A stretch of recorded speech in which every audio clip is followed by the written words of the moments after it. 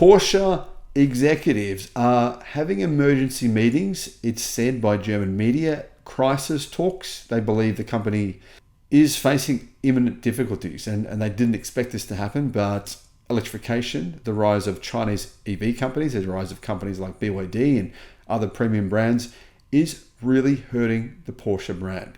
And it's putting them in a position where they're starting to think that within a few years' time, they're going to be in a lot of trouble. They could be in a situation like what Nissan is in now. Before the video begins, apologies for my pronunciation of Porsche. Here in Australia, we have always called it Porsche, and I find it difficult to revert to what should be the correct pronunciation. German media has reported today, Porsche in crisis, 8,000 jobs are now at risk. This is from chip.de, and there is numerous German media sources reporting on what's happening at Porsche. Keep in mind, I did report yesterday that Porsche is saying it will have to write off up to $22 billion in the Volkswagen Group in losses. Porsche sales declined by 42% in the third quarter of this year. And I just had a conversation with the general manager of an automotive brand here in Australia, and he's very concerned. He thinks that within a few years' time, Porsche products just won't be able to stand out from the market. There's good reasons for this. But in the interim, Porsche is, well, it's looking down the barrel of facing increasing debts and challenges because it's not selling anywhere near as many cars as it used to, particularly in China, where it is about to shut down 40 different dealerships. So what's happening in Germany? What's the 8,000 jobs? Here is what's being said by the German media. Hello, my friends. Welcome to the channel. I'm Sam Evans. You're watching the Electric Viking. Great to have you with us, guys. If any of you are interested, I will be at the Indonesian EV show, which is actually in 3 months' time.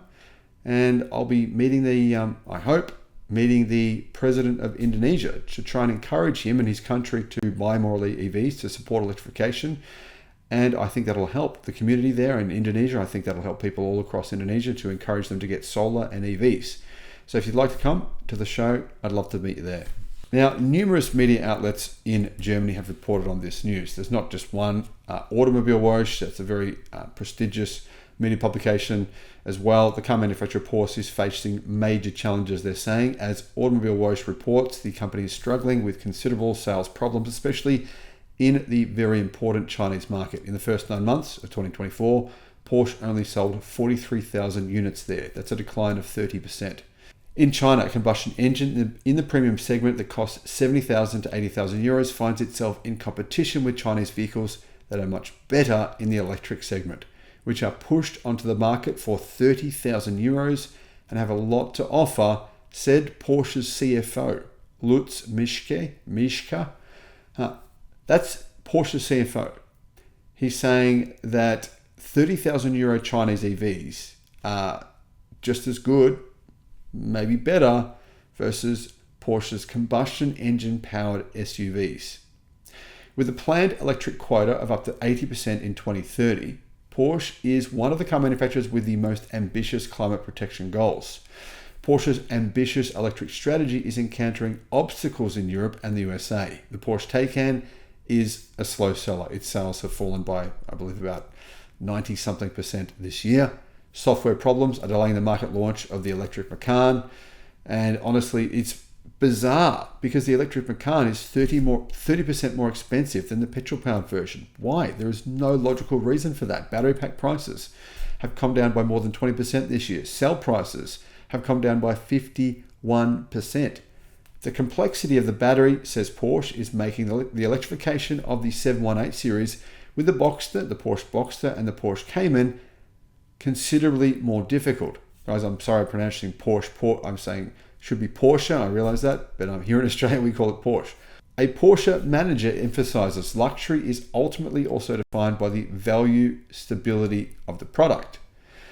In view of these difficulties, alarm bells are ringing at Porsche. There are reports of panic and a series of special meetings of the board of directors. The focus of the debates is on the possible adjustment of the model policy. They're basically saying, you know what, our strategy isn't going to work.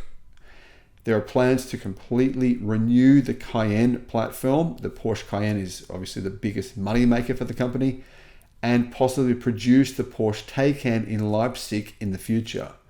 Chief Financial Officer Lutz Mischke announced that the company's cost structure would be geared to sales of 250,000 units per year.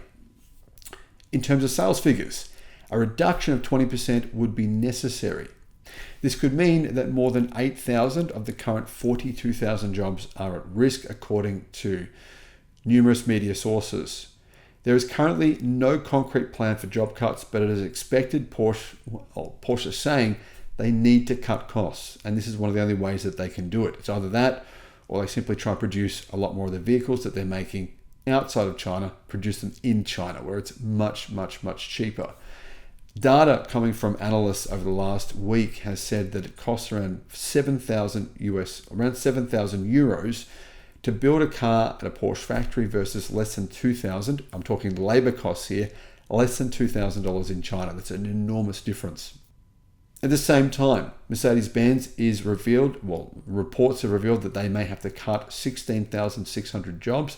The Volkswagen Group say they need to close 3 factories, and that all staff must take a 10% pay cut. Obviously, unions are fighting this and will fight this to the end. This is not going to go down well in Germany. When I started this channel, a lot of what this channel was about was predicting what would happen in Germany, that the automotive industry would hit a crisis as it is now, that these legacy automakers, these German manufacturers would struggle, not just Japanese automakers, not just Americans, but German premium brands would struggle. Here's one of the problems. By 2035, many countries around the world will have either banned EVs or basically they won't really be part of the options available. I mean, for example, why would you want to buy an internal combustion car when you could buy an EV for a lot less money, which will come with 600 plus miles of range and the ability to charge in about 10 minutes with 600 kilowatt fast charging, which will be very common by then. Why would you want to buy anything else than that, right? Obviously, Europe is planning on a ban on internal combustion in 2035. China has already hit 55% electrification. By the time we get to 2035, internal combustion will be dead in China. That's 2 of the world's 3 biggest markets. What happens in America? Nobody knows at this point. Trump is in, who knows? But the point is here, Europe, there's around 15 million cars sold per year. China, it's 30 million. That's 45 million out of a global car market of 80 million. And that is where about 65 to 70% of Porsche sales come from, China and Europe. Now, if those places are not buying EVs, if those places are not buying internal combustion engine vehicles, what is Porsche going to sell? The Porsche, the appeal of Porsche is the internal combustion engine. It's the naturally aspirated Porsche GT3. Get one of those and you have the emotional experience, the visceral emotional experience.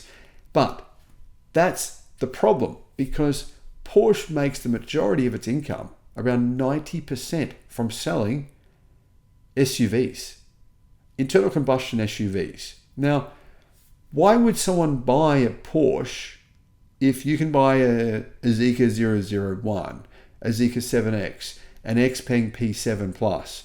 Why would you buy a Porsche Taycan for double the price when it's not as good? Clearly not as good.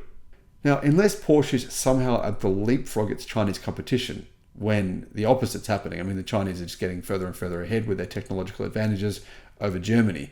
But unless some magical thing happens, why would someone buy a Taycan or a Cayenne in 10 years from now? Like, assuming that they will be electrified, which they have to be. They don't have a choice. Would you really say to yourself, you know what, I want to go buy a Porsche Cayenne EV or a Porsche Taycan EV or a Porsche Macan EV when I can get something better from another manufacturer that's half the price? That's the problem here. And that is 90% of Porsche's bottom line. You can see why Porsche are panicking. The only strategy they have here is to somehow keep internal combustion alive. And I don't know how that's even possible. Kind of keep the supercars alive, keep the 911s alive. But like I said, only a very small amount of Porsche's profits actually come from those vehicles. If you were the CEO of Porsche, what would you do? How would you, obviously you have to cut costs. How would you cut costs with the union saying, no, you can't fire anyone. You can't move production from Germany to China. How would you actually plan for the next 10 years to succeed? Porsche's in an exceptionally difficult situation. Right now, the brand is actually losing its allure. I mean, look at their sales in China. Their sales in China have fallen by more than 40%. They're closing 33% of their dealerships in China, closing them at 38 dealerships. I mean, it's not just Porsche. Maserati having similar problems, and in fact, Maserati's problems are much worse. But these premium brands are struggling, and it's only going to get worse.